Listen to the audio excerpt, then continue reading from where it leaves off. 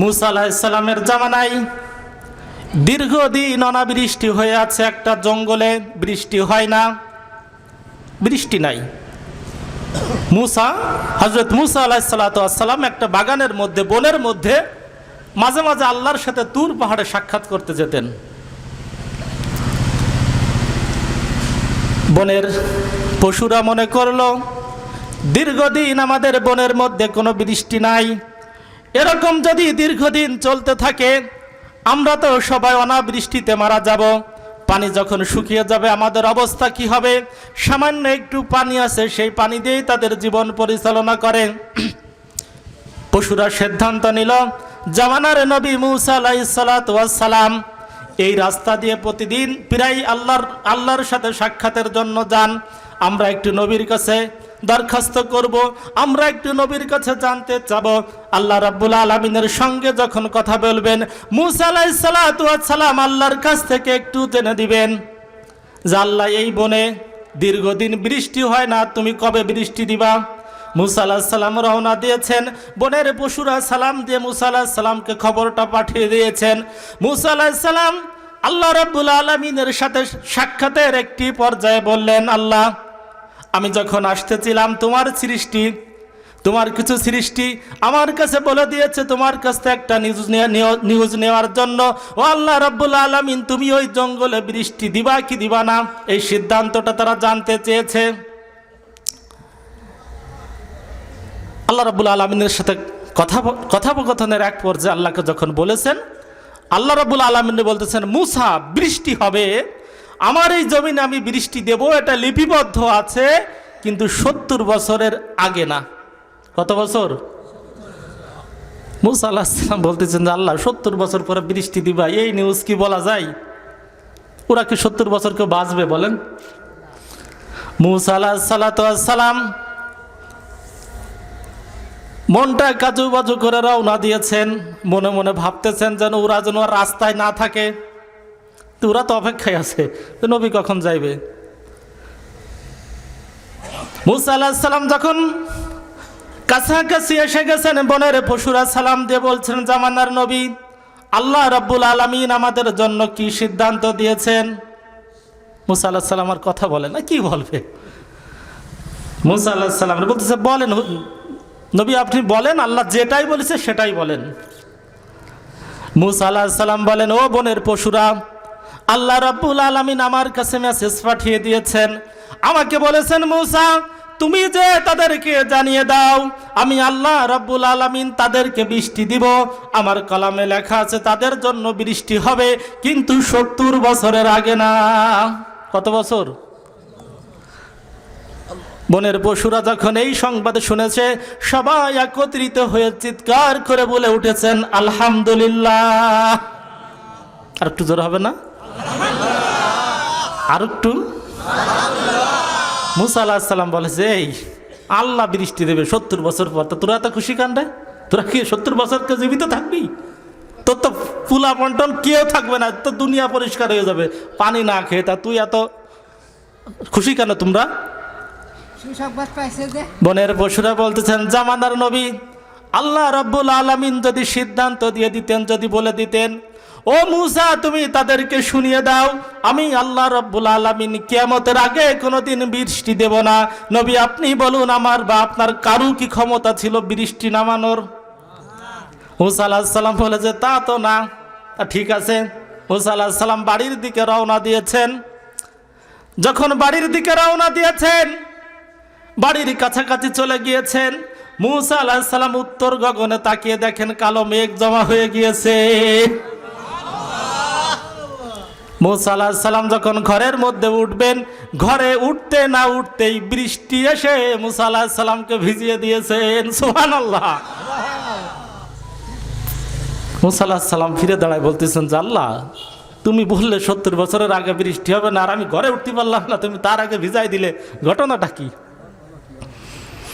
গায়েব থেকে আওয়াজ শুরু হয়ে গিয়েছে। আল্লাহ রাব্বুল আলামিন গায়েবী আওয়াজ দিয়ে মুসা আলাইহিস সালামকে বলে দিচ্ছেন, ও মুসা, আমার কলামে আমার সিদ্ধান্ত ছিল 70 বছরের আগে বৃষ্টি হবে না, কিন্তু আমার এই সিদ্ধান্ত শুনে বনের পশুরা যখন আমার প্রশংসা আদায় করেছে, আমি আল্লাহ রব্বুল আলামিন আমার সিদ্ধান্ত পরিবর্তন করে তাদের জন্য রহমতের বৃষ্টি নাজিল করে দিয়েছি। সে আল্লাহ তো নাই? আল্লাহ দিতে পারেন না? আল্লাহ রব্বুল আলামিন বলেন, অন্তরে অন্তঃস্থল থেকে একবার যদি কেউ ডাক দেয় আল্লাহ, আমি আরশের মালিক 70 বার ডাকের সাড়া দিয়ে বলি, বান্দা তুমি কি চাও, আমি হাজির। আনাহানু আকরাবু ইলাইহি মিন হাবিলিল ওয়ারিদ।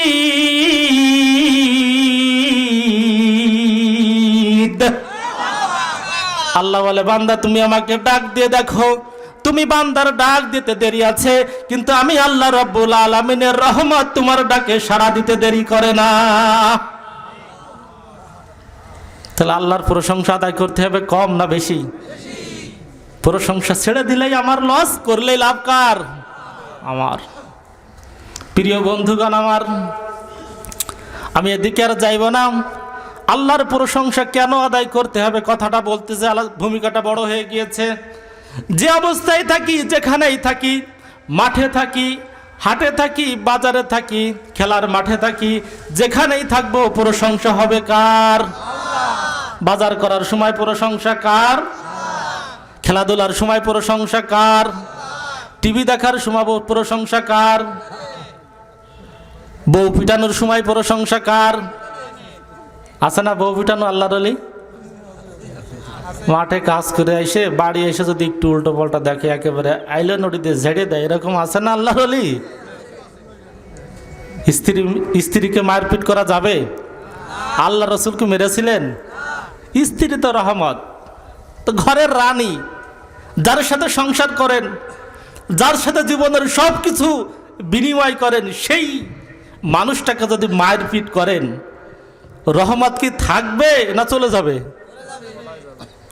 বরঞ্চ সুন্নাত ছিল, পদ্ধতি ছিল, যখন ঘরের মধ্যে ঢুকবেন, ঢুকার শুরুতেই সালাম দিতে হবে কাকে? স্ত্রীকে।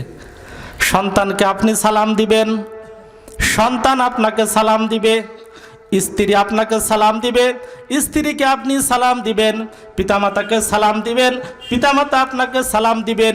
এই ঘরটা যদি সালামের ঘরে রূপান্তরিত করতে পারেন, পরকাল তো জান্নাতি পাবেনই, কিন্তু দুনিয়ার জীবনে আপনার ঘরটা জান্নাতে রূপান্তরিত হয়ে যাবে, ঠিক কিনা? পারবেন? আজকে বাড়ি যে স্ত্রীকে সালাম দিতে হবে, কারা কারা পারবেন দেখি দেই? সবাই কিন্তু পারেনি। কেউ কেউ আবার মনে করতেছে, হুজুর এই কাজ কি করা যায়? লজ্জা লাগবে না? এত কাজ করেন লজ্জা লাগে না? আর একটু সালাম দিতে লজ্জা লাগবে? কত কাজই তো করেন, লজ্জা লাগে নাকি? আর সালাম দিতে লজ্জা লাগবে না? আজকেই সালাম দিবেন, তবে একটু বুঝে শুনে দিন।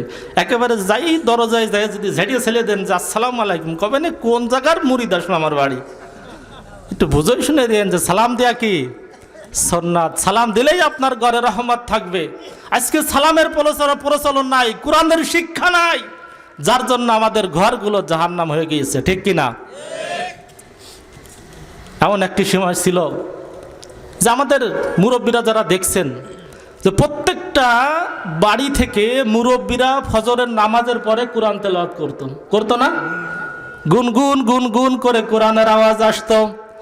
আমার দাদি মা চাচিরা যারা ছিল তারা কোরআন পড়তেন, দাদারা বিকালবেলা বসে বসে কোরআন পড়তেন, ছিল কি না? কিন্তু এখন কি আপনি 10টা বাড়ি পাবেন যে বাড়ি থেকে ফজরের পরে কোরআনের আওয়াজ আসে? বিকালে পাবেন? পাবেন কি করে? এখন দাদারা আছে বিকাল হলে টার্গেটে থাকে যে কোন চায়ের দোকানে টিভি আছে বড় একটা, তার সামনে যে বসতে হবে, ঠিক কি না? আর মা বোনেরা যারা ডিশ অ্যান্টেনারের জ্বালায়, সিরিয়াল কোনটা থেকে কোনটা দেখবে, দেখতে দেখতেই রাত 10টা। ছেলে মেয়ে নিয়ে কোরআন পড়ানোর সুযোগ আছে? সুযোগ নাই। প্রিয় বন্ধুগণ আমার, যে কথা বলতেছিলাম, ঘরকে শান্তিময় রাখার জন্য সালাম প্রদান করতে হবে, স্ত্রীর সাথে ভালো মহব্বত করতে হবে। আপনার স্ত্রী আপনার প্রশান্তির জায়গা। নবীজি আমার বলেন, তোমরা তোমার পরিবারের জন্য যেটা খরচ করো, তোমার স্ত্রীর জন্য তুমি যে বাজারটা করো, তোমার সংসারের জন্য তুমি যে বাজারটা করেছো, স্ত্রীর জন্য যে শাড়িটা ক্রয় করেছো, যে ব্লাউজটা থ্রি পিসটা ক্রয় করেছো, এটা তুমি তাকে দান, যেটা ক্রয় করে তাকে দিয়েছো, এটা শুধু তোমার ক্রয় করা হয়নি, তুমি তোমার স্ত্রীর জন্য ব্যয় করেছো। আল্লাহ রাব্বুল আলামিন এই ব্যয়টা তোমার জন্য সদকায়ে জারিয়া হিসেবে লিখে দিবেন। যেটা ব্যয় করেন আল্লাহ আপনাকে বলছেন শুধু ব্যয় না, এটা তোমার জন্য আমি ডিপোজিট রেখে দিলাম, তুমি আবার ফেরত পাবা। অনেকে আছেন নিজে খুব ফিটফাট, আবার স্ত্রীকে ভালো একটা পোশাক দিতে চায় না, আছে না? বাইরে ভারী ফিটফাট, কিন্তু ঘরের মধ্যে আসলে স্ত্রীর সাথে আর মহব্বত নাই। বাইরে গেলে এত মানুষের সাথে ভালো সম্পর্ক, কিন্তু স্ত্রীর সাথে ভালো সম্পর্ক নাই। এরকম আল্লাহর ওলি কম না বেশি? আবার স্ত্রীরাও আছে বাইরে যাওয়ার সময়, মার্কেট করতে যাওয়ার সময় বিরাট সাজুগুজু করবে, কিন্তু স্বামীর সামনে থাকার সময় একটা ছিঁড়া জামা, পচা জামা, যা চোখে দেখা যায় না তাই স্বামীর সামনে পড়ে ঘুরে বেড়ায়, এরকম আছে না? তো এরকম হলে তো স্বামী আরেকজনের দিকে তাকাবে, এটাই স্বাভাবিক। চোখ তো সুন্দর জিনিসই দেখতে চাই। আল্লাহ তো নিয়ামত দিয়েছেন তোমাকে সুন্দর হিসেবে ঘরে থাকার জন্য, কি তাই না? প্রিয় বন্ধুগণ আমার, সুতরাং স্ত্রীরা আমাদের ঘরের প্রশান্তি। স্বামী স্ত্রী যে জায়গা, যে ঘরে মহাব্বত আছে, যে ঘরে স্বামী স্ত্রী ছেলে সন্তান পিতামাতার সালাম বিনিময় আছে, আপনি পরীক্ষা করে দেখবেন ওই ঘরগুলো যেন মনে হয় জান্নাতের টুকরা হয়ে দাঁড়িয়ে আছে, ঠিক কি না? পারবেন তো ইনশাল্লাহ আজকেতে? প্রিয় ভাইরা আমার, আমি কথা এদিকে আর লম্বা করব না,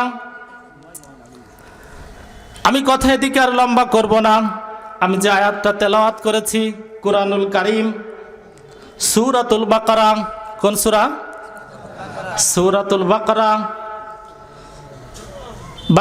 সূরাতুল বাকারার 30 নম্বর আয়াত।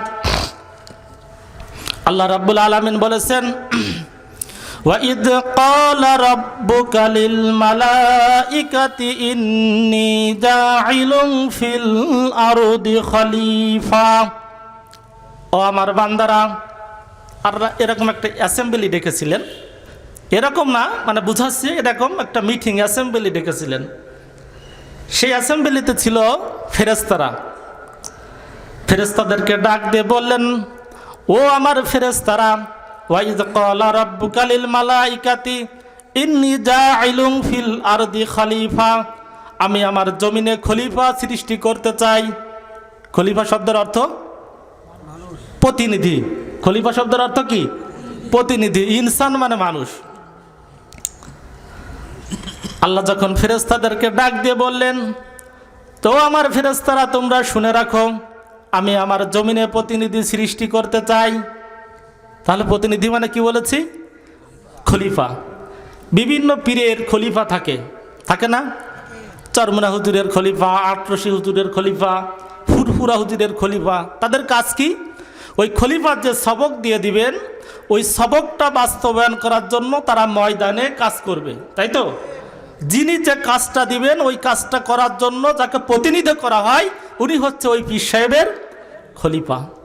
আবার এক সময় দর্জি যারা ছিল তাদেরকেও খলিফা বলা হতো। মুরব্বীরা দর্জিদের বলতো না খলিফা? হ্যাঁ, দর্জিদের খলিফা বলতো। আবার ছাতা সারে যারা, তাদেরকেও খলিফা বলতো। কেন বলতো? এই বডিটা মালিক আমি, এই বডিটা আমার। এখন আমার এই বডির জন্য একটা কাপড় তৈরি করা দরকার, ওই কাপড়টা আমার তৈরি করা দরকার ছিল, কিন্তু আমি না করে একজন প্রতিনিধি নিয়োগ করেছি। সেই প্রতিনিধিকে কি বলা হয়? খলিফা বলেছি। এখন মনে করেন আপনার প্রতিনিধি, আপনার খলিফা, আপনার দর্জিকে বলে এসেছেন ঈদের 2 দিন আগে, ও বন্ধু, আমার এই বডিটা, আমার এই শরীরটার জন্য একটা জামা তৈরি করা দরকার, আমার মাপটা সুন্দর করে নাও। দর্জি মাপ নিলেন, বুক হলো 24, ঝুল হলো 42, একটা মাপ নিয়ে রেখে দিলেন। কিন্তু তৈরি করার সময় উনি মনে করলেন কি, কাপড়ের দাম যেহেতু বৃদ্ধি হয়ে গেছে, 24 আর দেওয়ার দরকার নেই, 5 ইঞ্চি কমাই দিয়েছে বা 10 ইঞ্চি কমাই দিয়েছে, থাকলো কত? 14। আপনি নেবেন জামা? দর্জি যদি মনে করে যে ভাই কাপড় এত ফেলে দিয়ে লাভ কি, কাপড় যা আছে সব দিয়ে সেলাই দিয়ে দিই, আপনার বডির মাপ ছিল 24, দর্জি করে দিয়েছে আরো 20 ইঞ্চি বৃদ্ধি করে 44 করে দিয়েছে, এবার নেবেন তো? এই যে এত কাপড় দিয়ে দিল আপনার, আপনি খুশি হবেন না? কেন হবেন না? এই জন্যই হবেন না, তুমি ছিলে আমার খলিফা, তোমার দায়িত্ব ছিল আমি যেভাবে আমার জামাটা তৈরি করতে বলেছি ওই অনুযায়ী তুমি আমার বডির জামাটা তৈরি করবা। কিন্তু খলিফা সেই কাজ না করে উল্টা কাজ করার জন্য রাগ হবেন আপনার? আর যদি ঈদের আগের দিন হয়, ঈদের দিন সকালে যদি এই অবস্থা করে তাহলে কি করবেন? তাহলে খলিফার যিনি দায়িত্ব প্রাপ্ত, খলিফা যদি খলিফার কাজ না করে, প্রতিনিধি যদি প্রতিনিধির কাজ না করে, আপনার ফতুয়া হচ্ছে যা করার দরকার তাই করব, তাই তো করেন।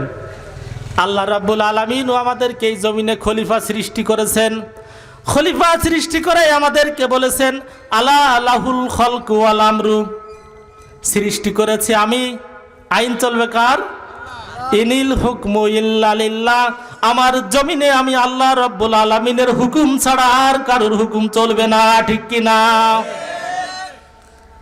এই হুকুম পরিচালনা করার জন্য আমাদেরকে খলিফা হিসেবে সৃষ্টি করে পৃথিবীতে পাঠালেন। এখন আমরা কি করেছি? আমরা আল্লাহর এই খলিফার দায়িত্ব ছেড়ে দিয়েছি। দিনকাল অবস্থা খুব একটা ভালো নয়, এত ঝামেলার মধ্যে নাই। কিরকম অবস্থা আছি না? ক্ষতিটা কি হয়েছে আমি আরো একটু উদাহরণ দিয়ে বুঝাই। আপনার জমিনে যখন ঘাস হয়, শ্যামা ঘাস বলে নাই, ধানের মতো দেখতে, ধানের চেয়ে বরং চেহারা আর ভালো হয়, তাই না? নাম কি? শ্যামা ঘাস। আপনার জমিনে শ্যামা ঘাস হয়েছে, ধান হয়েছে, কিন্তু ধানের যে অবস্থা, শ্যামা ঘাসের মানে বাড়ন্ত বৃদ্ধির জ্বালায় ধান আর উঠতে পারতেছে না। এখন জমিন কার? আপনার দায়িত্ব ছিল জমিনটা আপনার নিড়ানো, কিন্তু আপনি না নিড়ায়ে আপনি আটে গেছেন একজন কিষান আনতি, তাই না? উনি কি হয়েছেন? আপনার প্রতিনিধি। আপনি যে কিষানটা কিনে নিয়ে আসছেন আপনার জমিন নিড়ানোর জন্য, উনি হচ্ছেন আপনার প্রতিনিধি, উনি হচ্ছেন আপনার কিষান, উনি হচ্ছেন আপনার খলিফা। আপনার কিষানকে হাটের থেকে কিনে এনে মাঠে নিয়ে যে বলেছেন, ও ভাই এই হচ্ছে আমার জমিন, এই জমিনে ঘাস যে পরিমাণ হয়েছে, এই ঘাসের জন্য আমার ধান বাড়তে পারতেছে না, সুতরাং তোমার দায়িত্ব হচ্ছে আমার এই ধানের মধ্যে থেকে ঘাসগুলো নিড়াইয়ে পরিষ্কার করে দিবা। বিনিময়ে সকালবেলা খাবার দিব, দুপুরবেলা খাবার দিব, রাতের বেলা মুরগির গোশত দিয়ে খাবার দিব, আর 1000 টাকা দিব। এই ওয়াজ টোয়াজ করে এই বুঝাইয়ে চলে আসছেন, বাড়ি নিয়ে আসছেন দুপুরের খাবার নেওয়ার জন্য। একটু পরে খাবার টাবার নিয়ে যে দেখেন যে মাশাল্লাহ, কিষেন আবার মনে করেছে কি ভুই দেখে যে ভুই দিয়ে লাগেন ঘাস নিবু নিবু অবস্থা, বাসে মরে মাছে মরে ভাব। তো ইয়ে ঘাস মানে ধানের যে অবস্থা, বাসে মরে ভাব, আর ঘাস বিশাল বৃদ্ধি হয়েছে, চেহারাই অন্যরকম। এখন কিষেন মনে করেছে যে আমার মালিক গফফার ভাই যা বলিছে বলুক, অত শোনার মধ্যে নেই, ধান যেহেতু মরে গেছে ধান উঠে ফেলাই দিই, বইতে ঘাস থাক। এই বসে কাজ কাম নেই, কি আরবে আলির পরে বসে জিকির করতেছে, আমার মালিক কত ভালো, সকালবেলা নাস্তা, দুপুরবেলা খাবার, রাতের বেলা মাংস, আরো 1000 টাকা। এত ভালো মালিক হয় না, ও আল্লাহ এত ভালো মালিক হয় না। আমার মালিক রে জান্নাত দাও, আমার মালিক রে জান্নাতে দাও, সব গুনাহ মাফ করে দাও, সুস্থ করে দাও, আমার মালিক ভালো, আমার মালিক ভালো, আমার মালিক ভালো। আটতে আটতে আপনি যে দেখলেন যে আপনার প্রতিনিধি জিকির করিয়ে আপনার প্রশংসা করিয়ে একেবারে মাঠ ভাষা করে দিচ্ছে, আপনি বিরাট খুশি হবেন। কি করবেন? হাতের পরে কষা থাকলেই গুড় হয়ে যাবে না? তো প্রিয় বন্ধুগণ, ভালো করে বুঝুন, আপনার যে কিষেন, আপনার যে প্রতিনিধি, মাত্র একটা দিনের জন্য হাটের থেকে ক্রয় করে নিয়ে আইছেন, এনে তার সাথে চুক্তি হচ্ছে 3 বেলা খাবার দিব, 1000 টাকা দিব। এই চুক্তি করে আনার পরে আপনি যে দায়িত্ব দিয়ে তাকে মাঠে ছেড়ে দিয়েছেন, সেই দায়িত্ব পালন না করে নিজের মন মতো দায়িত্ব পালন করে ধান উঠাইয়ে ঘাস রেখে দিয়েছেন। আলির পরে বসে আপনার প্রশংসা করছে, এ প্রশংসায় আপনার মন ভরি নাই, ঠিক কিনা? বরঞ্চ ও যদি ওই আসল কাজটা করত, ধান রেখে ঘাস উঠায়ে অবসরের টাইমে আলীর উপরে বসে বসে আপনার প্রশংসা আদায় করত। আপনি মাঠে যেয়ে যখন দেখতেন এই অবস্থা, আপনি খুশিতে আপনার মনটা ভরে যেত। আপনি তার জন্য পুরস্কার ঘোষণা করতেন যে ভাই, তোমাকে দায়িত্ব দিয়েছিলাম যে এই দায়িত্ব পালন করে অবসর টাইমটা তুমি যে আমার গুণগান গেতেছো, আমার গুণগান বলতেছো, এই গুণগানের জন্য তোমার জন্য আমি পুরস্কার দিলাম। তোমার জন্য রাতের বেলায় ছিল মুরগি, তোমাকে এখন আর মুরগি খাওয়াবো না, তোমাকে এখনো গরুর গোশত আর রুটি খাওয়াবো। আর তোমাকে দিতে চেয়েছিলাম 1000 টাকা, এখন আর 1000 না 500 টাকা তোমার জন্য বোনাস দিয়ে তোমাকে 1500 টাকা দিব, ঠিক কিনা? আসল কাজ করে যদি এই কাজটুক করতো, আপনি তার জন্য পুরস্কার ঘোষণা করতেন। কিন্তু আকাম করে যতই আপনার প্রশংসা করেছে, আপনার আমার মন ভরে নাই। ও প্রিয় বন্ধুগণ, ভালো করে বুঝুন, আল্লাহ রাব্বুল আলামিন আমাদের এই জমিনে সৃষ্টি করেছেন আল্লাহর খলিফা হিসেবে, আল্লাহর প্রতিনিধি হিসেবে। আল্লাহর প্রতিনিধির দায়িত্ব হচ্ছে আল্লাহর তাসবিহ করবে, পাশাপাশি আল্লাহর এই জমিনে আল্লাহর দ্বীন কায়েমের চেষ্টা করবে। এই জমিন হচ্ছে আল্লাহর, এই জমিনে আল্লাহর আইন ছাড়া আর কারোর আইন চলবে না, ঠিক কিনা? সেই দায়িত্ব দিয়ে যখন আমাদেরকে পাঠিয়েছিলেন, আমরা জমিনে এসে দেখতেছি মাঠের যে অবস্থা, ইসলাম নিবু নিবু করে জ্বলে আছে, কি তাই না? নিবু নিবু করে জ্বলে আছে। আর ইসলাম বিদ্বেষীরা, ধর্ম নিরপেক্ষতা, নাস্তিকরা, তাদের যে লাফালাফি ফালাফালি, তাদের মানে সেবাঘাসের মোটামুটি আলোড়ন সৃষ্টি হয়ে গেছে। আর ইসলাম নিভে আছে কিরকম? টিপু টুপু করে, নিবু নিবু করে টিপে জ্বলে আছে। এখন আমি আপনি মনে করেছি আল্লাহ আমাদেরকে খলিফা হিসেবে দায়িত্ব দিয়েছেন, যা দেশে দেখ, আল্লাহ যা দেশে মনে হয় ঠিক মতো বুঝতে পারি নাই। ইসলামের যে অবস্থা, এ নিভু নিভু ইসলাম জ্বালিয়ে আর লাভ নেই। সুতরাং আশেপাশের ঘাট যেভাবে বাড়তে থাকুক, আমরা মুসল্লিরা দিনকাল অবস্থা খুব খারাপ, মসজিদের মধ্যে বসে বসে জিকির করতেছি সুবহানাল্লাহ, আলহামদুলিল্লাহ। আল্লাহ বিরাট খুশি হবে? আপনার কিসেনের জন্য যদি আপনার ফতোয়া হয় কসা, তাহলে আল্লাহ রাব্বুল আলামিন এই যে এত নিয়ামতের কথা আপনাদের সামনে বললাম, এই হাজারো নিয়ামত দিয়ে এই পৃথিবীতে আমাদের জন্য তিনি চলার শক্তি দিয়েছেন। কারণ হচ্ছে একটাই, বান্দার আমার ইবাদত করবা আর আমার জমিনে আমার কোরআনকে প্রতিষ্ঠা করার জন্য তোমরা সংগ্রাম করবা। সেই সংগ্রামের দায়িত্ব ছেড়ে দিয়ে যদি আমরা অন্য দিন প্রতিষ্ঠা করার জন্য, অন্য মত, অন্য দলের আইন প্রতিষ্ঠা করার জন্য যদি আমরা চেষ্টা করি, জাহান্নামের তলদেশ ছাড়া আমাদের জন্য কোনো স্থান হবে না। আর যদি আমরা সেই খলিফার দায়িত্ব পালন করে অবসর সময় মসজিদে বসে আল্লাহর জিকির আজগার করতাম, আল্লাহর তাসবিহ করতাম, শেষ রাত্রে উঠে যায় নামাজে দাঁড়িয়ে চোখের পানি ফেলে ফেলে আল্লাহর কাছে কান্নাকাটি করতাম, আল্লাহ রাব্বুল আলামিন তখন আমাদের জন্য ঘোষণা করতেন, বান্দা তোদের জন্য আমার জান্নাত ছিল একটা, আমার খলিফার দায়িত্ব পালন করলে তোদের জন্য আমার জান্নাত ছিল একটা। কিন্তু সেই দায়িত্ব পালন করে অবসর টাইমে তুই যখন মসজিদে এসে, তুই যখন ঘরের মধ্যে যাই নামাজে শেষ রাত্রে উঠে চোখের পানি ফেলে ফেলে আমাকে আমার প্রশংসা আদায় করেছিস, বান্দা তোর জন্য এখন আমার ঘোষণা হলো, আগে তোর জন্য নির্ধারণ করেছিলাম জান্নাত একটা, অতিরিক্ত নফল ইবাদত করার জন্য তোর জন্য এখন আর জান্নাত একটা না, আমি আল্লাহ রাব্বুল আলামিন তোর জন্য প্যাকেজ ঘোষণা করলাম, তোর এখন জান্নাত হবে 10টা। খলিফার আসল কাজ বাদ দিয়ে যতই আল্লাহর তাসবিহ তাহলিল করি, আল্লাহর মন কিন্তু ভরবে না। পরের আয়াতে আল্লাহ বলছেন, ওয়ানাহনু নুসাব্বিহু বিহামদিকা ওয়া নুকাদ্দিসু লাক। সেদিন ফেরেশতারা বলেছিল, আল্লাহ তাসবিহ তাহলিল তোমার গুণগান, তোমার ইবাদত, তোমার তাসবিহ তাহলিল প্রশংসা তো আমরাই করি, নতুন করে আরেকটা জাতি তৈরি করার দরকার নেই। আল্লাহ স্পষ্ট ভাষায় বলে দিয়েছিলেন, ইন্নী আ'লামু মা লা তা'লামুন। ফেরেশতারা তোমরা বুঝতে পারো না আমার খলিফা সৃষ্টি করার উদ্দেশ্যটা কি, ঠিক কি না? ফেরেশতারা মনে করেছিল একটু তাসবিহ তাহলিল করার জন্য মনে হয় আল্লাহ আবার মানুষ বানাচ্ছেন। আর আমরাও সেই রকমই মনে করেছি ফেরেশতাদের মতো, এ মনে হয় শুধু একটু তাসবিহ তাহলিল করার জন্যই কি আমরা দুনিয়ায় এসেছি। প্রিয় ভাইরা, সুতরাং খলিফার দায়িত্ব কি? জমিন আল্লাহর, আইন চলবে কার? চলে তো? হ্যাঁ, চলে না একেবারে তা না, চলে। ওই যে মসজিদের 4 দেওয়াল আল্লাহকে দিয়ে দিছি, কি তাই না? মসজিদে যখন ঢুকি তখন একেবারে ফতোয়া দিই, মসজিদের মধ্যে দুনিয়াবি কোনো কথা বলি না, এরকমই তো বলা হয়। সালিশ বিচার করা যায়? মনে করেন যে ঈশার পরে সালিশ হবে, বিশাল সালিশ, সবাই নামাজ পড়তে ঢুকছে, ঈশার পরে এখন সালিশির জন্য কি মসজিদে বসে না মসজিদের বাইরে যায়? কেন বাইরে যায়? বাইরে মিথ্যা কথা বলা যাবে না, এই জন্য মসজিদে সালিশ বিচার করা যাবে না, একজনের কাছ থেকে টাকা খায় আর একজনের বাস দেওয়া যাবে না, এই জন্য মসজিদে বসা যাবে না, কি তাই তো? অথচ মসজিদের জমিন কার? আর মসজিদের বাইরের যে জমিন ওটা কার? তাহলে মসজিদের যদি আল্লাহর জমিন হয়, মসজিদের বাইরের জগৎটাও যদি আল্লাহর হয়, মসজিদে মিথ্যা কথা বলা হারাম, মসজিদে ঘুষ খাওয়া হারাম, মসজিদে একজনের টাকা খেয়ে আর একজনকে বাঁশ দিয়ে হারাম, তাহলে মসজিদের বাইরে মিথ্যা কথা বলা জায়েজ কে করলো? শয়তান করেছে। কথা এইটাই, আমরা এই কথাই বলতে চাই, মসজিদে যেমন এক আল্লাহর আইন মতো, মসজিদে আল্লাহর আইন বিধান মেনে যেমন আমি নামাজ পড়ি, মসজিদের বাইরে যখন যাব সেই একই আল্লাহর বিধান মেনে আমার জীবনকে পরিচালনা করতে হবে, ঠিক কি না?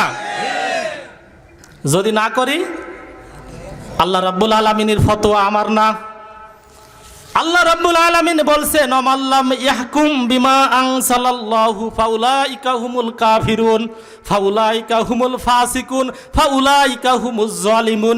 একই কথা বলে আল্লাহ বলছেন, আমার আইন মতো আমার বিধান দিয়ে যারা বিচার ফাইসালা করে না, আমার বিধানের আইন যারা বাস্তবায়ন করার চেষ্টা করে না, ওরা যদি নামাজও পড়ে, ওরা যদি রোজাও রাখে, ওরা যদি হজও করে, যাকাতও দেয়, আমি আল্লাহ রাব্বুল আলামিন ফতোয়া দিচ্ছি ওরা সবাই কাফের, ফাসেক, জালেম, ঠিক কি না? আল্লাহর আইন যদি, আল্লাহর বিধান বাস্তবায়ন করার প্রচেষ্টা যদি ছাড়ান দিয়ে বাদ দিয়ে অন্য কারোর আইন, অন্য কারোর বিধান বাস্তবায়ন করার জন্য আমরা চেষ্টা করি, নামাজ পড়তে পড়তে কপালে যদি কালো দাগও হয়ে যায়, আল্লাহ রাব্বুল আলামিন বলছেন ও কাফের। কে বলেছেন? ফতোয়াকার, মোল্লার না আল্লাহর? জোরে বলেন। আমার দোষ দিয়ে লাভ নাই ভাই। প্রিয় বন্ধুগণ আমার, এখন আল্লাহর আইন বাস্তবায়ন করতে গেলে আমরা যদি এখানে যারা সবাই আছি, মসজিদে আজকে এতেকাফে বসে যায়, যে 1 বছরের এতেকাফ বসলাম আল্লাহর জমিনে আল্লাহর আইন বাস্তবায়ন করার জন্য, দোয়া দরুদ পড়ে দোয়া করার জন্য, বাস্তবায়ন হবে আইন? কিয়ামত পর্যন্ত দিলেও হবে? বাস্তবায়ন আপনি মসজিদই করবেন, ও পাশে মমতার সংসদে যে বুকটা ফাটা ফেলবে, ঠিক কি না? তাহলে আল্লাহর আইন বাস্তবায়ন করতে হলে কি করতে হবে? যেখানে আল্লাহর আইন বাস্তবায়ন হয় সেখানে আল্লাহর আইনের পক্ষের লোক পাঠাতে হবে, ঠিক কিনা? ওখানে যে পক্ষের লোক যাবে সেই পক্ষের আইন বাস্তবায়ন হবে। ওখানে যদি কোরআনের পক্ষের লোক যায় তাহলে দেশে কোরআনের আইন বাস্তবায়ন হবে, আর ওখানে যদি বুক ফাটা কেউ যায় তো বুকই ফাটাবে সংসদে দাঁড়াইয়া, ঠিক কিনা? প্রিয় বন্ধুগণ আমার, তাহলে আল্লাহর আইন বাস্তবায়ন করতে হলে আইন যেখানে পাশ হয় সেখানে আল্লাহর আইনের লোক পাঠাতে হবে।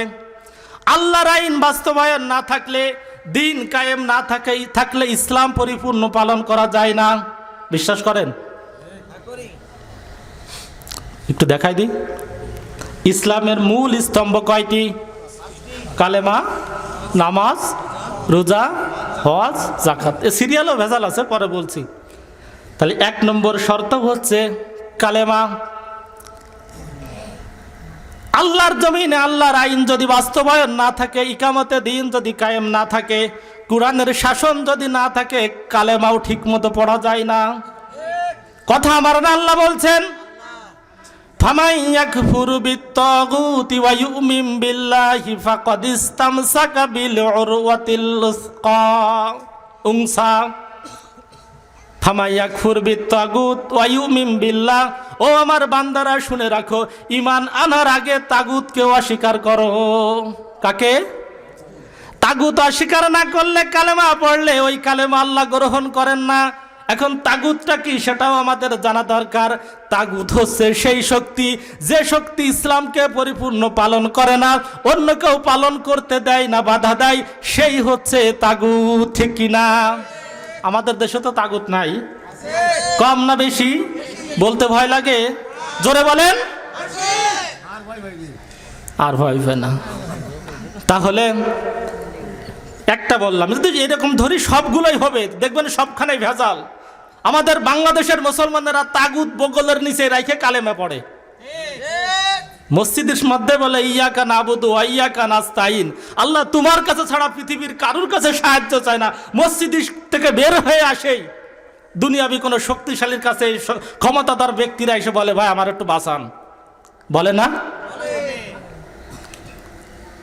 আল্লাহ রাব্বুল আলামিন যে নামাজ দিয়েছেন, এই নামাজে আমরা দোয়া কুনুতের মধ্যে একটা শব্দ বলি, ওই শব্দটার অর্থ হচ্ছে আল্লাহ তোমার সাথে যারা কুফরি করেছে, তোমার দ্বীনের সাথে যারা বিরোধিতা করেছে, তোমার রসুলের সাথে যারা বিরোধিতা করেছে, তোমার আইনকে যারা বাস্তবায়ন করতে দেয় না, এ অনাথ রুকু মাইয়াফজুরুকা, আল্লাহ হে আল্লাহ তুমি শুনে রাখো, আমি ঘোষণা দিচ্ছি এই সকল ধরনের লোকের সাথে আমার সম্পর্ক ছিন্ন করে দিলাম।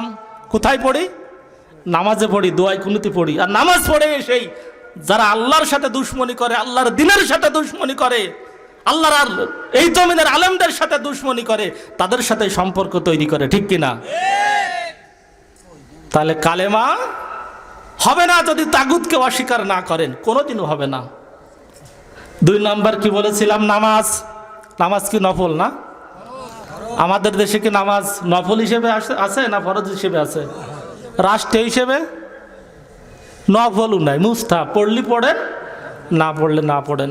প্রিয় বন্ধুগণ আমার, এই দেশে ওয়াজ কম হচ্ছে না। পূর্বের কথা বাদ দিলাম, 71 সালের পর থেকে 24 সাল পর্যন্ত গ্রাম অঞ্চলে ওয়াজ হচ্ছে, বাড়ি বাড়ি ওয়াজ হচ্ছে কিনা?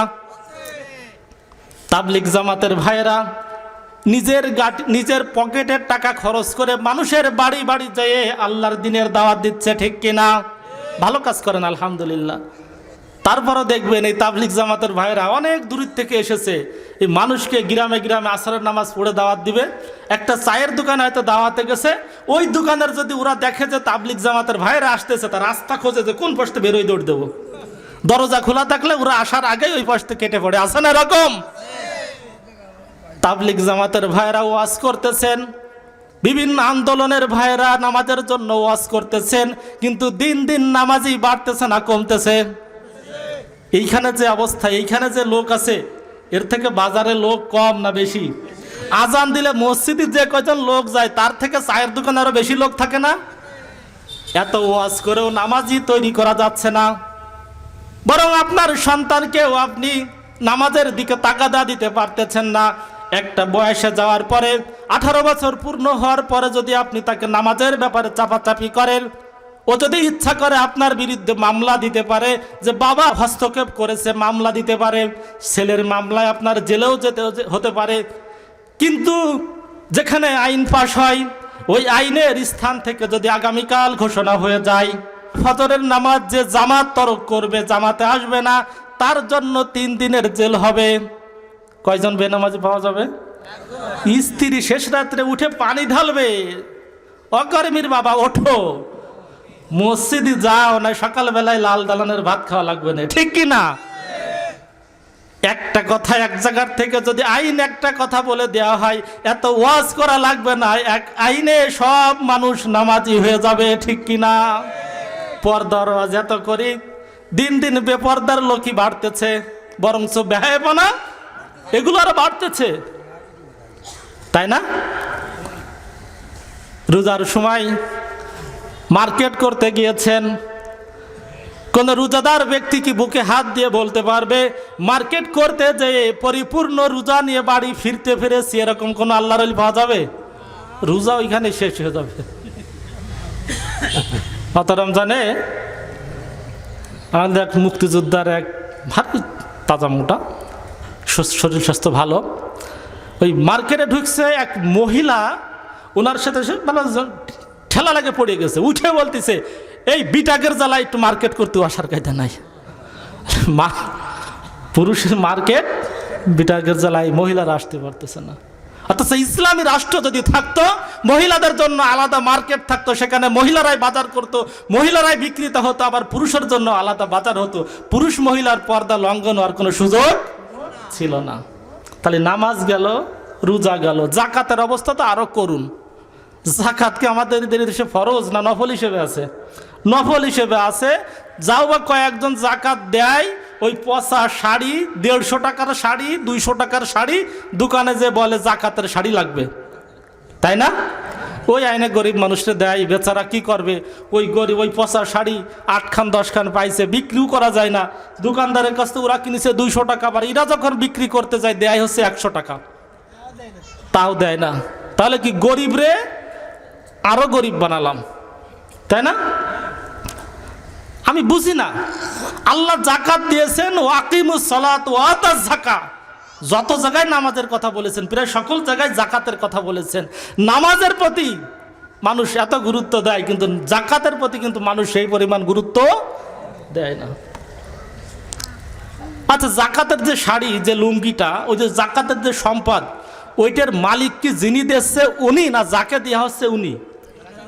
যাকে দেওয়া হচ্ছে উনি তো মালিক। তাহলে উনার টাকা দিয়ে উনি শাড়ি কিনুক বা জমি কিনুক বা স্বর্ণ কিনুক বা গরু কিনুক, এ দায়িত্ব তো ওই গরিবের ছিল। তুমি জাকাত দেওয়ার মালিক, তুমি এই অধিকার কোথায় পেলে যে তুমি ওকে শাড়ি কিনে দিবা? এটা জাকাতের নামে একটা ভনিতা। জাকাত মানে এই না যে প্রত্যেক বছর মানুষ শুধু জাকাত নিবে। জাকাত মানে এই না। জাকাতের উদ্দেশ্যই হচ্ছে এই বছর যাকে জাকাত দিব, আগামী বছর ওর আর জাকাত নেওয়া লাগবে না। ইসলামী রাষ্ট্র থাকলে খুঁজে খুঁজে লোকের কাছ থেকে জাকাত কালেকশন করে দরিদ্র বিমোচনের ব্যবস্থা করা হতো। আর হজ যদি আপনাকে রাষ্ট্র অনুমতি না দেয়, আপনি যেতে পারবেন? পারবেন না। কিন্তু ইসলামী রাষ্ট্র যদি থাকে, কোরআনের রাষ্ট্র যদি থাকে, কার কার উপর জাকাত ফরজ আছে, হজ ফরজ আছে, বের করে করে খুঁজে খুঁজে তাদেরকে হজে যাওয়ার ব্যবস্থা করে দিত, ঠিক কিনা? আর হজের জন্য এই যে ফোড়ে মধ্য ফোড়ে যারা 2 লাখ 3 লাখ টাকা ব্যবসা করে, যারা আল্লাহর ঘরকে তাওয়াফ করতে যেতে চায়, রাসূলুল্লাহর মদিনায় যারা একটু সালাম দিতে যেতে চায়, টাকার জন্য যেতে পারে না, এই মাঝখানের যে 2-3 লাখ টাকায় যে মেরে নষ্ট করে দিচ্ছে, এই টাকাটা আর আমাদের খরচ হতো না। প্রিয় বন্ধুগণ আমার, সুতরাং যে কথা বলতেছিলাম, আল্লাহর দিন যদি কায়েম না থাকে, ইসলাম পরিপূর্ণ পালন করা যায় না। ওই যে কথা বলতেছিলাম, মসজিদের মধ্যে যখন আমরা ঢুকি তখন আমরা কি বলি? মসজিদের মধ্যে দুনিয়াবি কোনো কথা বলা যাবে না। ইমাম সাহেব যদি মনে করে আজকে ঈশার নামাজ সারা জীবন সূরা ফাতিহা দিয়ে পড়লাম, আজকে আর সূরা ফাতিহা পড়বো না, সূরা আলিফ লাম মিম, সূরা বাকারা টান দিয়েছেন, যালিকাল কিতাবু লা রাইবা ফি, আমরা যারা মুসল্লি আছি আমরা খুশি হব? পিছন তো তাকবীর দিব না? ইমাম সাহেব আবার মনে করলো যে কি রে, মুসল্লিরা কি পাগল হয়েছে না, আমার তো তাকবীর কোনোদিনও দেয় না, আজকে একটু সূরা ফাতিহা পড়িনি তার জন্য এ করতেছে কা, তা ছাগ্য সূরা বাকারা মনে হয় পছন্দ হয়নি, এবার উনি সূরা ইয়াসিন ধরে টান দিয়েছে। ফজিলত বেশি, ইয়াসিন আল কুরআনিল হাকিম। আমরা তো এবার খুশি হব না? রাগ আর বাড়বে না? ইমাম সাহেব ফাইজলামি পাইছে নাই। ইমাম সাহেব তাকবীর শুনে আবার মনে করলেন সূরা মনে হয় এটাও ভালো পছন্দ হয়নি, এবার একেবারে সৌন্দর্য মণ্ডিত একটি সূরা আর রহমানু আল্লামাল কুরআন, এই টান দিয়েছেন। এবার তো মনে হয় খুশি হব, এইবার রাগ আরো বেড়ে যাবে, তাই না? ওই ইমাম সাহেব ফাইজলামি পাইছেন নাকি? এটা কি আপনার বাবার ঘর যে আপনার ইচ্ছে মতো আপনি নামাজ পড়াবেন, যা খুশি তাই করবেন? রাগ বেড়ে যাবে না? মাসলা ইমাম সাহেবের ঘাট ধরে পিছনে নিয়ে চলে আসতে হবে, এনে ওখানে পিছনে দাঁড়িয়ে দিয়ে যিনি আল্লাহর বিধান মতো ওইখানে ইমামতি করবেন তাকে ইমামতির জায়গায় দিতে হবে। আর এই ইমাম নেয়ার জন্য আমাদের কত পদ্ধতি। ইমাম সাহেব চুল বড় কিনা, ইমাম সাহেব গোপ কাটে কিনা, নখ বড় আছে কিনা, স্ত্রী পর্দায় থাকে কিনা, কত ইন্টারভিউ নিতে হয় না? নেওয়ার পরে বেতন হয় 5,000 টাকা, আবার একটু 19-20 ওর সাথে ইমাম সাহেবের বেতন, এই ইমাম সাহেবের চাকরি নট হয়ে যায়, এরকম আছে না? আচ্ছা, এই ইমাম সাহেবের কাছে ওই মসজিদের ক্যাশ থাকে কেন? ইমাম সাহেবকে চুরি করে যে ক্যাশ থাকে না? ক্যাশ থাকে না। এই ইমাম সাহেব ঘুষ খায় না, খায় নাকি? দেবে কিনা ঘুষ?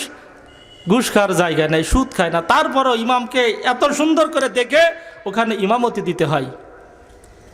প্রিয় বন্ধুগণ আমার, ভালো করে বুঝুন, একটা মসজিদের মাত্র 500,000 ইমামকে নিয়োগ দেওয়ার জন্য তাকে এত পদ্ধতি, তার জন্য এত পদ্ধতি অ্যাপ্লাই করা হয়। একটু 19-20 হলে ইমামের ইমামতি থাকে না। এই ইমামের যদি নামাজ ভুল হয়, বরং এই কয়জন জাহান্নামে যাবে না, বরং নামাজের জন্য তারা দূরায় পড়লে ঠিক হয়ে যাবে, ইমাম হয়তো একা গুনাহগার হবে। কিন্তু এই মসজিদ ছাড়া আল্লাহর বিশাল একটা জমিন আছে, এই জমিনের কিছু ইমাম আছে না? ইমাম মানে কি? নেতা। তাহলে মসজিদের ইমাম, ওর ঘুষ খাওয়ার সম্ভাবনা নাই, সুদ খাওয়ার সম্ভাবনা নাই, তাকে সিসি ক্যামেরাতে দেখে রাখি আমরা। ওই ইমাম ভুল করলে জাহান্নামে যাবে না, কিন্তু সমাজের যে নেতা আছে ওই নেতা যদি ভুল করে, আল্লাহ রাব্বুল আলামিন বলছেন কিয়ামতের দিন একেবারে নেতাকে ধরে আমি ডাক দেবো, ওই সমাজের সবাই জাহান্নামে যাবে। তাহলে মসজিদের ইমাম নিয়োগের জন্য যতটা গুরুত্ব দেওয়ার দরকার, সমাজের নেতা নিয়োগ করার জন্য আরো আমাদের বেশি গুরুত্ব দেওয়া দরকার না? কথা বলেন না কেন? কিন্তু আমরা কি দিই? আমরা বলি যে ইমাম সাহেব মসজিদে থাকবে, ও থাক, বাইরের এত চিন্তা দিয়ে ইমামের দরকার নাই। প্রিয় বন্ধুগণ আমার, ভালো করে বুঝুন, আল্লাহর নবীকে আমাদের জীবনে পরিপূর্ণভাবে পালন করতে হবে। আংশিক পালন করে জান্নাতে যাওয়া যাবে না, আংশিক নবীর অনুসরণ করে জান্নাতে যাওয়া যাবে না। নবীর কোন সাহাবারাও আংশিক অনুসরণ করে জান্নাতে যেতে পারেন নাই। যারা আংশিক অনুসরণ করেছেন তারা মুনাফিক হয়েছেন, ঠিক কিনা? আব্দুল্লাহ বিন উবাই কি ছিল? মুনাফিক ছিল না? শুধু মুনাফিক ছিল না, মুনাফিকদের সর্দার ছিল। আব্দুল্লাহ বিন উবাইর সব গুণ ছিল। নামাজ পড়তো, রোজা রাখতো, হজ করতো, যাকাত দিত, জিহাদের ময়দানে মাঝে মাঝে যেত। কিন্তু নবীজি আমার সমাজের নেতা হবেন, নবীজি আমার কোরআনের আইন দিয়ে রাষ্ট্র চালাবেন, আব্দুল্লাহ বিন উবাই শুধু একটা জায়গায় তার দ্বিমত ছিল। দ্বিমত থাকার কারণে তার নাম কি হয়েছে? আজকে আমরাও যদি নবীর লাউয়ের সুন্নাত ভালো লাগে, দাড়ির সুন্নাত ভালো লাগে, টুপির সুন্নাত ভালো লাগে, পাঞ্জাবির সুন্নাত ভালো লাগে, সুন্নাত নামাজ পড়তে ভালো লাগে, কিন্তু আল্লাহর নবী কোরআন দিয়ে যে সমাজ প্রতিষ্ঠা করেছিলেন, এই সমাজ প্রতিষ্ঠা যদি আমার ভালো না লাগে, আব্দুল্লাহ বিন উবাই আর আমার মধ্যে কোনো পার্থক্য নাই, ঠিক কিনা? এরকম মুসলমান কম না বেশি? আল্লাহর রসুল তার রাষ্ট্র চালাতেন কোথায় বসে? মসজিদে বসে, মসজিদে নববীতে বসে তিনি তার রাষ্ট্র পরিচালনা করতেন। বিচার ফাইসালা সব মসজিদে বসেই করতেন, মসজিদে বসেই তিনি ফাইসালা করতেন। কে কোথায় গভর্নরের দায়িত্ব পালন করবে, কে কোথায় মন্ত্রিত্বের দায়িত্ব পালন করবে, মসজিদে বসেই করতেন। আর আমাদের জন্য ফতোয়া হয়েছে মসজিদে রাজনীতির কথা বলা হারাম। কি হয়েছে না? কথা বলেন না কেন? প্রিয় বন্ধুগণ আমার, মসজিদে রাজনীতির কথা হারাম না। মসজিদে যদি রাজনীতির কথা বলা হারাম হতো, নবীজি আমার মসজিদে বসে রাজনীতি করতেন না, সমাজ পরিচালনা করতেন না। যেহেতু নবীজি আমার মসজিদে বসেই সমাজ পরিচালনা করতেন, সমাজের বিচার ফাইসালা করতেন, সমাজের রাষ্ট্র ব্যবস্থা তিনি পরিচালনা করতেন, সুতরাং নবীর উম্মত যারা আছে, নবীর জন্য যদি মসজিদে এগুলো জায়েজ থাকে, আমাদের জন্য এগুলো জায়েজ আছে, ঠিক কিনা? প্রিয় বন্ধুগণ আমার, যে কথা বলতেছিলাম, আল্লাহর নবীজি তার সকল কার্যক্রম মসজিদে বসেই করেছেন, কিন্তু আমাদের জন্য হারাম হয়েছে কেন? তাহলে আমাদের জন্য এই জন্যই হারাম হয়েছেন, রাসূল যে রাজনীতি করতেন ওই রাজনীতি আমরা করি না, ঠিক কিনা? সুতরাং মসজিদে যে রাজনীতি রাসূল করতেন ওই রাজনীতি যদি আমরা এখনো করি, আমাদের জন্য মসজিদে রাজনীতি করা জায়েজ আছে, ঠিক কিনা? আর যে রাজনীতি রাসূল করতেন না ওই রাজনীতি মসজিদেও জায়েজ নেই, মসজিদের বাইরেও জায়েজ নাই, ঠিক না? কথা বললেই বলে যে ভাই রাজনীতির কথা বলেন না। ভাই রাজনীতির কথা আমি কি জন্য বলতে যাব? বাড়ির খেয়ে এসে শুধু শুধু ঝামেলার মধ্যে কেন পড়বো? কিন্তু বলা লাগে এই জন্যই যে আল্লাহ যে দায়িত্ব দিয়েছেন খলিফার দায়িত্ব, খলিফার দায়িত্বে তো রাজনীতি। ও না বললে পরকালে তো আমার আল্লাহ দুর্মুজ দেবে না, তা ঠেকাই দেবে নাকি, ঠিক না? তাহলে কার কথা শুনবো, বান্দার কথা না আল্লাহর কথা? তাহলে জমিন কার? জমিন হচ্ছে আল্লাহর। এই জমিনে আইন চলবে আল্লাহর, আল্লাহর আইন ছাড়া জমিনে অন্য কারোর আইন চলবে না।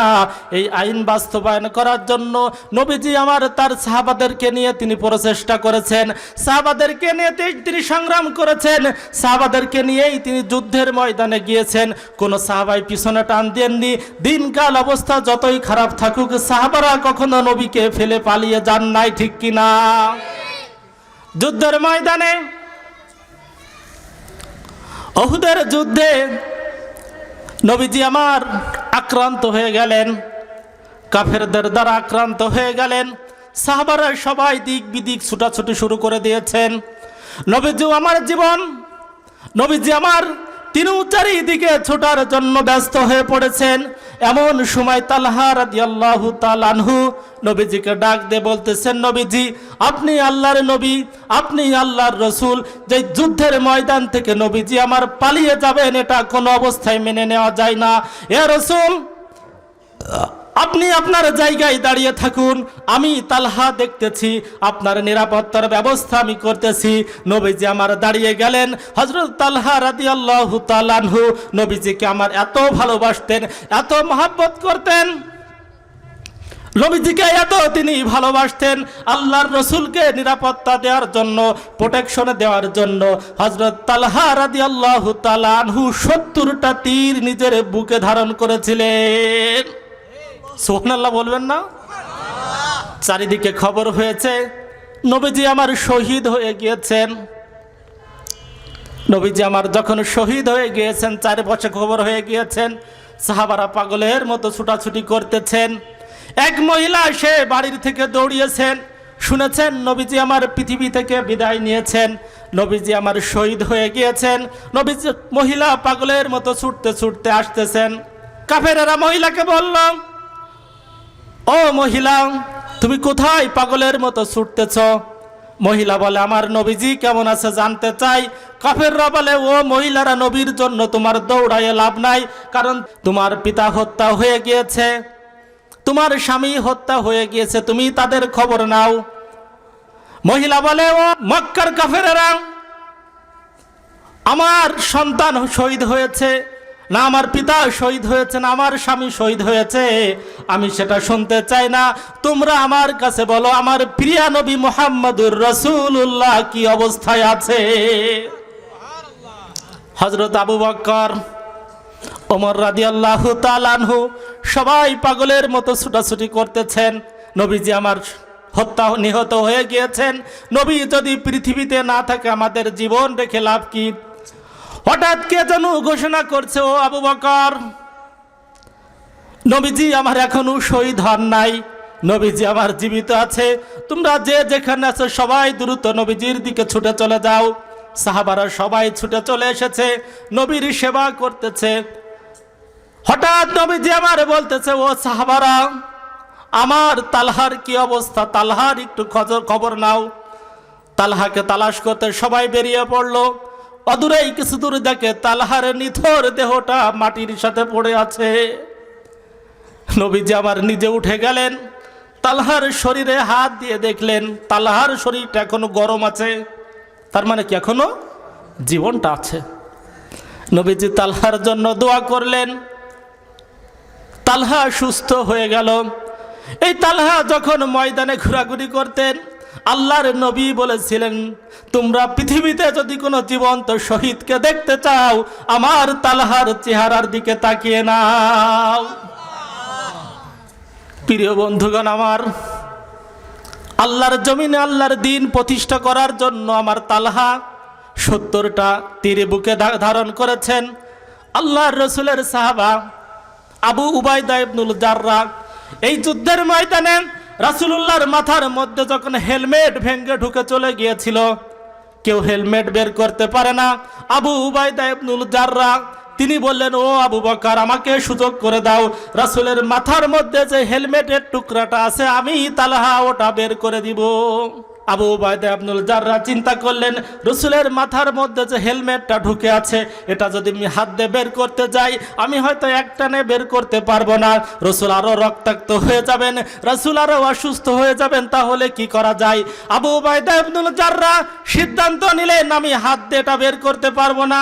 সিদ্ধান্ত নিলেন, মুখ দিয়ে গালের যে মাড়ির যে শক্ত দাঁত আছে, এই দাঁত দিয়ে যদি আমি আংটাটা টান দিই, তাহলে হয়তো বের হয়ে আসার সম্ভাবনা আছে।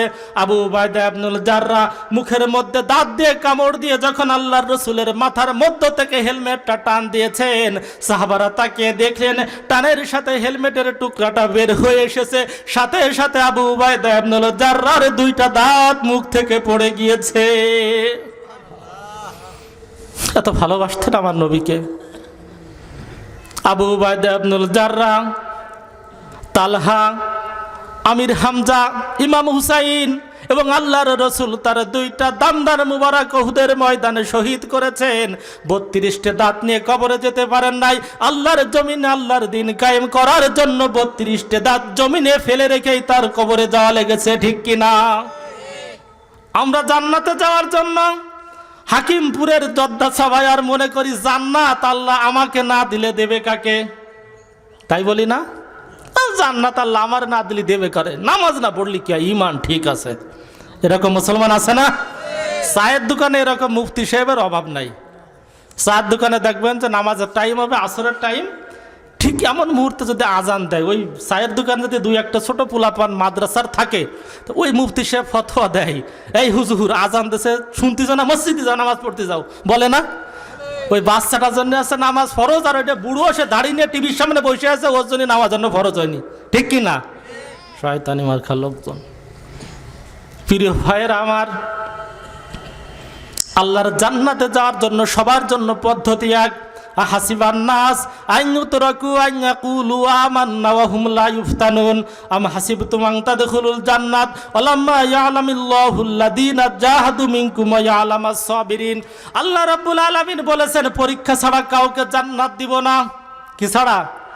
পরীক্ষা ছাড়া কাউকে জান্নাত দিব না। আর পরীক্ষার ময়দান হচ্ছে আল্লাহর দ্বীন কায়েম করার ময়দান, ঠিক কি না? প্রিয় বন্ধুগণ আমার, আল্লাহর নবী তার দুইটা দান মুবারক শহীদ করেই তিনি কবরের বাসিন্দা হয়েছিলেন। তার কাজ ছিল একটাই, আল্লাহর জমিনে আল্লাহর দিন প্রতিষ্ঠা করতে হবে। আর এই দিন প্রতিষ্ঠা করতে গেলে যুগে যুগে আব্দুল্লাহ বিন উবাই, আবু জেহেল, উতবার, সাইবারা বাধা দিয়েছেন। ভবিষ্যতেও যারা দিন কায়েম করবে তাদের পথেও আব্দুল্লাহ বিন উবাইয়ের উত্তরসূরিরা বাধা দিবে, ঠিক কিনা? পরকালে আমাদের আল্লাহর রসুলের সুপারিশ লাগবে না? সুপারিশ ছাড়া কেউ জান্নাতে যেতে পারবো? আল্লাহর রসুলের সুপারিশ যদি লাগে, প্রিয় বন্ধুগণ আমার, মাথা ঠান্ডা রেখে বুঝতে হবে। এ কথা বলেই শেষ করব। আল্লাহর রসুলের যদি সুপারিশ লাগে আমাদের, তাহলে আল্লাহর রসুলের আদর্শের কর্মী আমাদের হতে হবে। দুনিয়ায় এক দলের জন্য, এক দলের কর্মীর জন্য আর এক দলের লোক কি সুপারিশ করে? পারবে না। চাকরির জন্য করে, করে যদি নোট থাকে, কি তাই না? দুনিয়ায় একজন কর্মী, এক দলের কর্মী আর এক দলের কর্মীর জন্য সুপারিশ করে না। দুনিয়ায় এক দলের কর্মী আর এক দলের কর্মীর জন্য, চাকরির জন্য সুপারিশ করে না, ঠিক কিনা? কাল কিয়ামতের ময়দানে আমাদেরকেও যদি জান্নাতে যেতে হয়, আমাদেরকেও যদি কোথায় যেতে হয়? জান্নাতে যেতে হয়। রসুলের সুপারিশ ছাড়া কেউ জান্নাতে যেতে পারবো না। আর রসুলের সুপারিশ হতে হলে আল্লাহর নবীর আদর্শের কর্মী ছাড়া জান্নাতে যাওয়ার কোনো সুযোগ নাই। মনে করেন মিছিল করেছেন, গুবরা বাজার থেকে মিছিল করে চলে গেছেন সিংহাসলপুর বাজারে। এক দলের মিছিল করে যে ওই দলে আর এক দলের অফিস পাইছেন, পায়ে বলতেছেন, ভাই আমার নেতার চরিত্র ফুলের মতো পবিত্র, নামাজ পড়েন এক ওয়াক্ত, এরকম ইমাম আছে না, নেতা আছে না? এই নেতার পক্ষে মিছিল দিয়েছি, গলা শুকাই গেছে, এক কাপ চা দাও, দেবে? দেবে না। কেন দেবে না? যে তুমি আর একজনের পক্ষে মিছিল করে এসে আমার কাছে এসে চা খাচ্ছ, চা তো বাড়ির কাছে, মুগুর থাকলে কি কায়দা মতো দেবে না?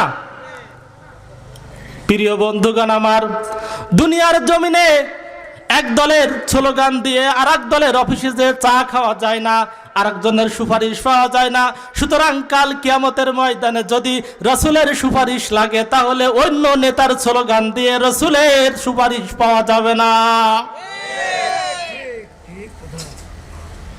কবরে রাখার পরে আমরা কি বলি? বিসমিল্লাহি ওয়ালা মিল্লাতে রাসূলুল্লাহ, আল্লাহর নাম নিয়ে কার কাছে উঠোই? রসুলের দলে উঠাই। প্রিয় বন্ধুগণ আমার, ভালো করে বুঝে রাখেন, বেশি ওয়াজ লাগে না, অল্প ওয়াজেই মানুষের হিদায়াতের জন্য যথেষ্ট হয়ে যায়। মৃত্যুর পরে আমাদেরকে কবরে রেখে দোয়া পড়াই দেওয়া হয়, বিসমিল্লাহি ওয়ালা মিল্লাতে রাসূলুল্লাহ, ও আল্লাহ, ও আল্লাহ, তোমার নাম করে আমার ভাইকে আল্লাহর রসুলের দলে উঠাই দিয়ে গেলাম, ঠিক কিনা? দেয় না এরকম? সারা জীবন আল্লাহ রসুলের আদর্শ যাতে বাস্তবায়ন না হতে পারে, আল্লাহ রসুলের আদর্শের কর্মীরা যাতে জমিনে ঘরে ঘুমাতে না পারে, তালিকা করে করে থানায় জমা দিয়ে বাড়ির থেকে বিতাড়িত করে রেখেছে, মৃত্যুর পরে নে আল্লাহ রসুলের কাছে উঠাই দিয়ে আসে, রসুল ধরো বিসমিল্লাহ ওয়ালা মিল্লাত রাসূলুল্লাহ। ইসলাম কি এত পাগল হয়েছে যারা বললি আল্লাহ গ্রহণ করে নেবে? প্রিয় ভাইরা আমার, একেবারে স্পষ্ট কথা,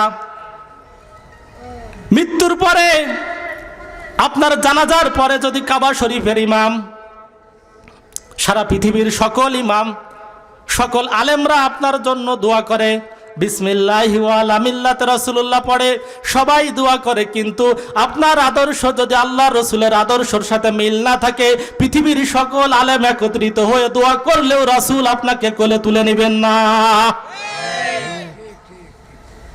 আর যদি আপনার আদর্শ আল্লাহ রসুলের আদর্শের সাথে মিল থাকে, আপনার আমার যদি জানাজা নাও হয়, যদি দোয়া ভাগ্যে নাও জোটে, কুমিরে খেয়ে শেষ করে দিয়েছে, সাগরে ভাসিয়ে গেছে, কুমিরে খেয়ে নষ্ট করে দিয়েছে, অ্যাক্সিডেন্ট করে ছন্ন বিচ্ছন্ন হয়ে গেছে, আগুনে পুড়ে ভস্ম হয়েছে, জানাজা দেওয়ার কোনো সুযোগ হয়নি, কিন্তু জীবিত অবস্থায় রাসূলের আদর্শ বাস্তবায়নের জন্য চেষ্টা করেছি, রাসূলের আদর্শ বাস্তবায়নের জন্য ময়দানে সংগ্রাম করেছি।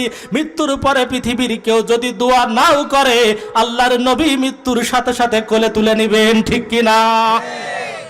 তাহলে রাসূলের আদর্শের দলে থাকতে হবে মৃত্যুর আগে না পরে? আমরা থাকি কখন? আল্লাহু আকবার। মুসলমান, কিয়ামতের ময়দান আল্লাহ ডাক দিবেন, ইয়াউমা নাদউ কুল্লু উনাসিম বিইমামিহিম, এই নেতা তোমার কর্মীদের নিয়ে তুমি দাঁড়িয়ে যাও। প্রত্যেক দলের নেতাদেরকে ডাক দেবেন, কর্মী সহ। আল্লাহ আমাদের দিনকে বুঝার তৌফিক দান করুন। ইকামতের এই দিনে, ইকামতের এই রাস্তায় আমরা যেন আমাদের বাকি জীবনটাকে আমরা পরিচালনা করতে পারি। আল্লাহ যেন আমাদের সঠিক বুঝ দান করুন। আমিন। আসসালামু আলাইকুম ওয়া রাহমাতুল্লাহি ওয়া বারাকাতুহু।